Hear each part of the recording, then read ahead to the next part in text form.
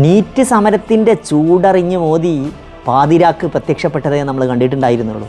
പക്ഷേ ഇതിലും വലിയ ഒരു പ്രക്ഷോഭമാണ് ഇനി വരാനിരിക്കുന്നത്. കാരണം ആളുകൾ അതിൻ്റെ ചൂടറിഞ്ഞു തുടങ്ങിയിട്ടുള്ളൂ. എന്തായിരിക്കും?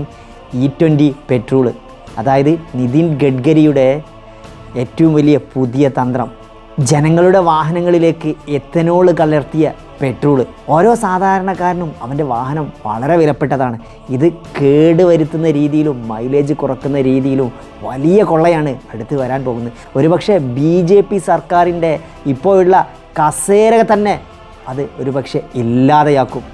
അത്രയും വിഡ്ഢികളായ ആളുകളാണ് നമ്മുടെ ഇന്ത്യ ഭരിച്ചുകൊണ്ടിരിക്കുന്നത്. ഇതിനെതിരെ ജനരോഷം ആഞ്ഞടിച്ചാൽ കസേരയെല്ലാം ഇട്ട് ഓടേണ്ട അവസ്ഥയായിരിക്കും.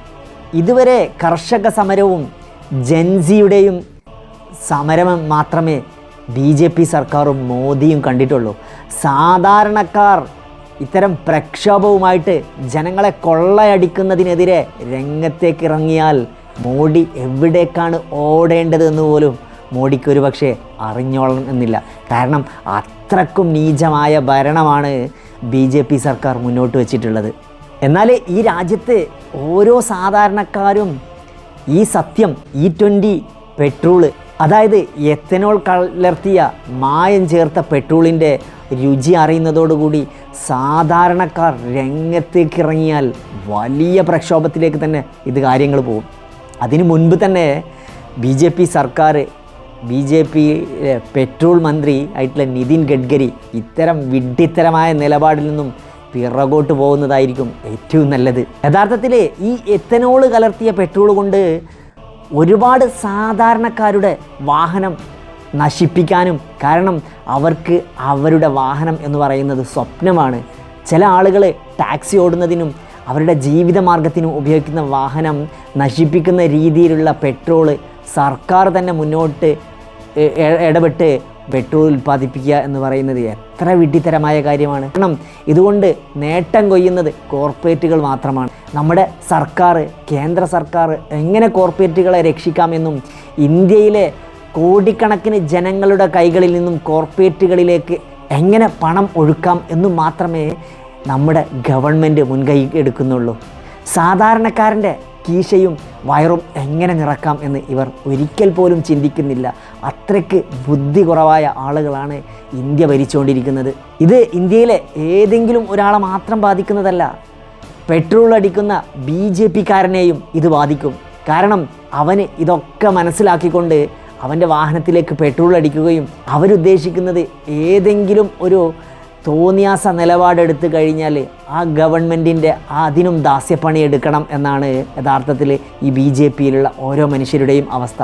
കാരണം ഇത് ഓരോ സാധാരണക്കാരൻ്റെയും നട്ടെല്ലൊടിക്കും, വാഹനത്തെ തകർക്കും, അവരുടെ ജീവിത നിലവാരത്തിലും ജീവിത ചെലവും ഉയർത്തും എന്ന് മാത്രമേ ഇതുകൊണ്ട് നേട്ടം കൊയ്യുകയുള്ളൂ. ഇത്തരം സാഹചര്യങ്ങളിൽ സാധാരണക്കാർ മുന്നോട്ട് വരുന്ന സമയത്ത് ഇതിന് CJP പോലെയുള്ള ഒരു പാർട്ടി കൂടെ പിന്തുണ നൽകിക്കഴിഞ്ഞാൽ നമ്മുടെ ഇന്ത്യയിൽ സംഭവിക്കാൻ പോകുന്നത് വളരെ വലിയ പ്രക്ഷോഭമായിരിക്കും. അതുകൊണ്ട് BJP സർക്കാർ ഇത്തരം കാര്യങ്ങളെല്ലാം മനസ്സിലാക്കിക്കൊണ്ട് സാധാരണക്കാരെ കൊള്ളയടിക്കുന്ന നിലപാടിൽ നിന്നും പിന്നോട്ട് പോകണം.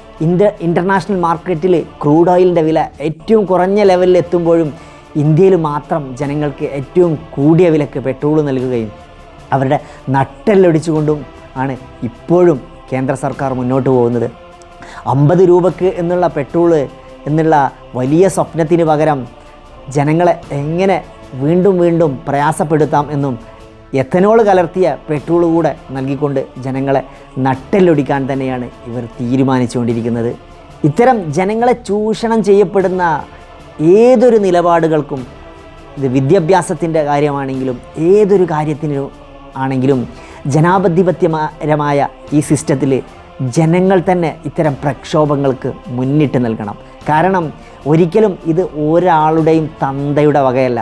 ജനാധിപത്യ രാജ്യത്ത് നിങ്ങൾക്ക് പ്രതികരിക്കാനും ജനാധിപത്യത്തിൽ നിങ്ങൾക്ക് ഗവൺമെൻറ് ചെയ്യുന്ന വിഡ്ഢിത്തരമായ ജനങ്ങളാൽ തിരഞ്ഞെടുക്കപ്പെട്ട ഒരു ഭരണാധികാരിക്ക് എന്തു നിലപാടിനും നിങ്ങൾ ഒരിക്കലും സുജൂദ് ചെയ്യേണ്ട ആവശ്യമില്ല. അതിനെല്ലാം നിങ്ങൾക്ക് ഉറച്ച നിലപാടോടെ മുന്നോട്ട് പോകാൻ പറ്റും. ഇത്തരം സാഹചര്യങ്ങളിലും ജനങ്ങൾ കർഷക സമരവും വിദ്യാർത്ഥി സമരവും കണ്ട സ്ഥിതിക്ക് സാധാരണക്കാരൻ്റെ സമരം യഥാർത്ഥത്തിൽ ഇനി കാണാൻ പോകുന്നതേ ഉള്ളൂ. ഇന്ന് നീറ്റ് സമരവും കർഷക സമരമൊക്കെ നമ്മൾ കണ്ടു. പക്ഷേ E20 പെട്രോളുമായിട്ട് ജനങ്ങളെ ചൂഷണം ചെയ്യുന്ന, ജനങ്ങളെ വഞ്ചിക്കുന്ന ഇത്തരം സാഹചര്യങ്ങളുമായിട്ട് BJP സർക്കാർ മുന്നോട്ട് വരുമ്പോഴേ നിങ്ങൾ കണ്ട ഈ നീറ്റ് സമരമോ കർഷക സമരമോ ഒന്നും ആയിരിക്കില്ല. ഇന്ത്യയിലുള്ള കോടിക്കണക്കിന് ജനങ്ങളെ ഇതുമായി മുന്നോട്ട് വരുന്ന സമയത്ത് നിങ്ങൾ ഈ ഒരു കസേര തന്നെ വേണ്ട എന്ന് വെച്ച് ഓടേണ്ടി വരും. സർക്കാരിൻ്റെ ജനദ്രോഹ നടപടികൾക്കുള്ള ഏറ്റവും അവസാനത്തെ ആണിയടി തന്നെയായിരിക്കും ഇത്. ജനങ്ങൾ ഈ സത്യങ്ങളൊക്കെ തിരിച്ചറിയുന്ന സാഹചര്യം അധികമല്ല എന്ന് ഭരിക്കുന്ന ഭരണാധികാരികൾ മനസ്സിലാക്കിയാൽ നന്നാവും.